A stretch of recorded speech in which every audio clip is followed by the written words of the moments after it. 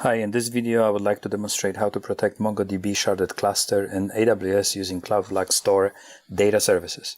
We have a MongoDB cluster consisting of config servers, shard server replica set, and a single Mongo server.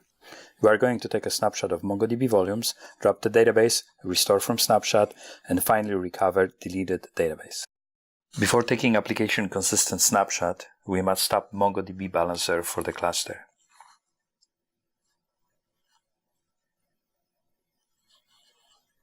Now we are ready to take the protection group snapshot. This protection group includes all MongoDB volumes.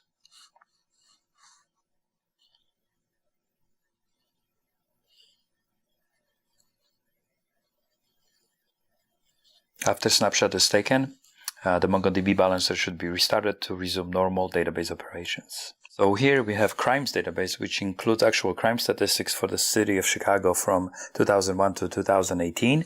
We're actually going to drop it. This action can also be verified at Mongo's command prompt. Let's see if we can recover our crimes database from Cloud Block Store snapshot. We need to stop again the MongoDB balancer.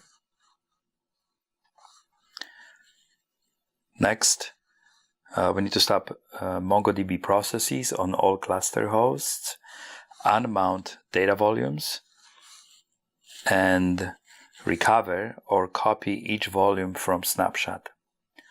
Once the volumes are recovered, they need to be mounted, and MongoDB processes can be started on each host. These steps can be easily automated with a simple shell script that was executing.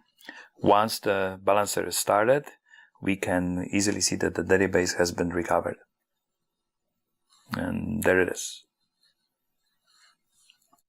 Furthermore, with Cloud Block Store in AWS, we can also take advantage of data reduction, which in our case was about 2.5 to 1, providing additional cost savings for MongoDB in the cloud.